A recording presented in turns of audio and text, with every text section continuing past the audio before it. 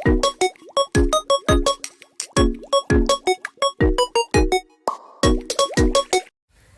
Assalamualaikum warahmatullahi wabarakatuh.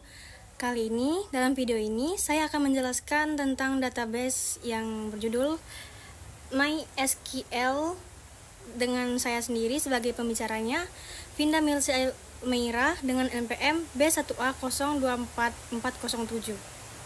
Sebelum itu, maaf kalau ada suara yang mengganggu seperti suara hujan. Database MySQL. Bayangkan sebuah lemari arsip raksasa yang terorganisir dengan rapi.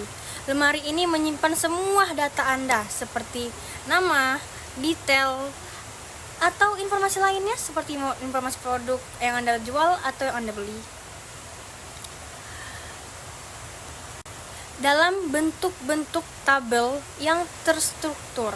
MySQL juga adalah sistem yang mengelola lemari arsip ini, memungkinkan Anda untuk menambah data baru, mencari informasi tertentu, dan memperbarui data yang ada. Dan juga bisa menghapus data yang tidak dibutuhkan lagi. Dengan kata lain, MySQL adalah program untuk menyimpan dan mengelola data dalam bentuk tabel. Biasanya digunakan untuk membuat aplikasi seperti website atau sistem informasi. MySQL menggunakan bahasa SQL untuk menambah, mencari, mengubah, dan menghapus data. Di sini saya juga akan menjelaskan bahasa-bahasa atau DDL atau dengan kata lain divisi data definition language dalam MySQL ini. DDL adalah salah satu bahasa programan yang digunakan untuk mendefinisikan, mengelola, dan mengontrol struktur berbasis data. Dengan kata lain, DDL digunakan untuk membuat, memodifikasi, dan menghapus objek-objek database seperti tabel, indeks, dan view. DDL tidak berurusan dengan data itu sendiri, melainkan dengan cara data itu diorganisir dan disimpan. Beberapa perintah di DDL umum melibatkan pembuatan dan pengelolaan elemen-elemen struktur basis data, termasuk create atau perintah create digunakan untuk membuat objek-objek baru di dalam database, seperti database itu sendiri, tabel, indeks, view, store, produce, dan yang lainnya. Seperti saat Anda memulai membangun rumah, Anda memakai perintah ini untuk membuat bagian-bagian rumah seperti dinding, atap, jendela. Seperti itu juga database.